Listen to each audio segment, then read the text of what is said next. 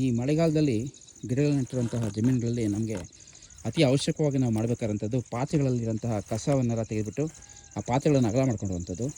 ನೋಡ್ಬೋದು ನಮ್ಮ ಜಮೀನು ತುಂಬ ಹುಲ್ಲು ಬೆಳ್ಕೊಂಡಿದೆ. ನಾವೇನು ಮಾಡ್ತೀವಿ ಅಂದರೆ ಇಲ್ಲಿ ಗಿಡಗಳಲ್ಲಿ ಗಿಡಿಸುತ್ತಾ ಇರೋಂಥ ಪಾತ್ರೆಯಲ್ಲಿ ಇರೋಂಥ ಏನು ಹುಲ್ಲಿದೆ ಅಂತ ತೆಗೆದು ನಾವು ಫಸ್ಟ್ ನಿವಾರಣೆ ಮಾಡ್ಕೋಬೇಕು ಸಾಧ್ಯವಾದರೆ. ಆಮೇಲೆ ನೀವು ಬೇಕಾದರೆ ಮುಂದೆ ಬೇರೆ ಕಳೆಗಳನ್ನು ತೆಗೆದುಕೋಬೇಕು.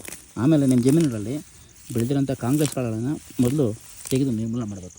ಈ ರೀತಿ ನಾವು ತೆಗೆದ್ವಲ್ಲ, ಇದನ್ನು ಆ್ಯಕ್ಚುಲಿ ಒಂದು ಕಡೆ ನಾವು ಹಾಕೋದು ತುಂಬ ಒಳ್ಳೆಯದು. ಈ ಹೂವು ಇದೆಯಲ್ಲ, ಈ ಬೀಜಗಳು ಮತ್ತು ಅವು ಇಲ್ಲಿ ಮೊಳೆಯಂಥ ಒಂದು ಸಾಧ್ಯತೆ ಇರುತ್ತೆ. ನಾವು ಒಂದು ಸುಮಾರು 15 ದಿನದಿಂದ ನಿಮಗೆ ಈ ಒಂದು ಏನಂತೀವಿ ಪ್ರೂನಿಂಗ್ ಮಾಡಿದ್ವಿ ಅಂತ ಗಿಡನ ತೋರಿಸಿದ್ವಿ. ಈಗ ಯಾವ ರೀತಿ ಅದು ಮತ್ತೆ ಮುಂದುವರಿತದೆ ಅಂತ ನೋಡ್ಬೋದು. ಇದನ್ನು ಈ ರೀತಿಯಾಗಿ ನಾವು ಬಿಟ್ಕೊಂಡಾಗ ನಮ್ಗೆ ಮಧ್ಯದಲ್ಲಿ ಇರೋಂಥ ಒಂದು ಮೇಲೆ ಹೋಗ್ತಾ ಇರೋಂಥ ಒಂದು ಚಿಗುರನ್ನು ತೆಕ್ಕೊಂಡಾಗ ನಮಗೆ ಈ ರೀತಿ ಒಂದು ಛತ್ರಿ ಆಕಾರದಲ್ಲಿ ಬೆಳೆಯೋಕ್ಕೆ ಗಿಡನ ಬಿಡಬೇಕು. ಆ ರೀತಿ ಮಾಡ್ಕೊತಾ ಹೋಗ್ಬೇಕು ನಾವು. ಬರ್ತಾ ಇದ್ದಾವಂತ ಸಾಧ್ಯವಾದಷ್ಟು ಇಂಥ ಏನು ಮೇಲಕ್ಕೆ ಹೋಗ್ತಾ ಇದ್ದಾವೆ ಅಂತ ನಾವು ತೆಕ್ಕೋಬೇಕು. ಕೈಯಲ್ಲಿ ಆಗಿಲ್ಲ ಅಂತಂದರೆ ಈ ರೀತಿ ಸಿಕ್ಕೇಚರನ್ನ ಬಳಸಿ ನಾವು ತೆಕ್ಕೊಂಡಾಗ ನಮಗೆ ಆದಷ್ಟು ಅದು ಮೇಲ್ಭಾಗಕ್ಕೆ ಹೋಗ್ದಂಗೆ ನಾವು ನೋಡ್ಕೊಳ್ಳೋದು ತುಂಬ ಮುಖ್ಯ. ಈ ರೀತಿ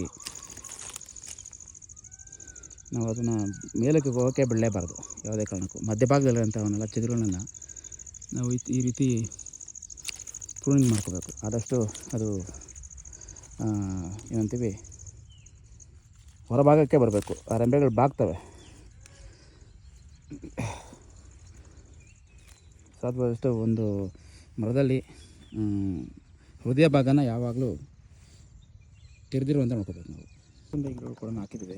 ಅಲ್ಲಿ ಏನಾಗಿದೆ ಅಂದರೆ ಬೇರು ಕೊರಕದ ಹಾವಳಿಯಿಂದ ನಾವು ಈ ರೀತಿ ಸಾಯ್ತಾ ಇದ್ದಾವೆ. ಈ ಒಂದು ಬೇವಿನ ಹಿಂಡಿನ ಹಾಕೊಳ್ಳೋದು ತುಂಬ ಒಳ್ಳೆಯದು. ಅಷ್ಟೇ ಗೋಡಂಬಿ ಗಿಡ ಕೂಡ ಒಣಗಿಬಿಡ್ತಾವೆ, ಕಿತ್ತಾಕ್ಬಿಟ್ವಿ. ನಮ್ಮ ಗಿಡಗಳು ಬೇರೆ 3 ಗೋಡಂಬಿ ಗಿಡಗಳು ಮಾತ್ರ ಉಳ್ಕೊಂಡಿದ್ದಾವೆ. ಇಲ್ಲಿ ಒಣಗ್ತಾ ಇದೆ. ಈ ರೀತಿ ನಮಗೆ ಈ ಒಂದು ಕಾಲದಲ್ಲಿ ನಮ್ಗೆ ಕಾಡ್ತಾ ಇರೋಂಥದ್ದು ಕಳೆ ಮತ್ತು ಬೇರು ಕೊರಕಗಳ ಸಮಸ್ಯೆ ನಮ್ಮ ಜಮೀನುಗಳಲ್ಲಿ. ಈ ನುಗ್ಗೆ ಗಿಡ ಸುಮಾರು ಒಂದು 3 ಅಡಿ ಎತ್ತರ ಇದೆ. ಒಂದು ಚೇಪೆ ಗಿಡದಲ್ಲಿ ಆಗಲೇ ಕಾಯಿ 2 ಹಣ್ಣು ಆಗಿತ್ತಲ್ಲ ಮುಂಚೆ.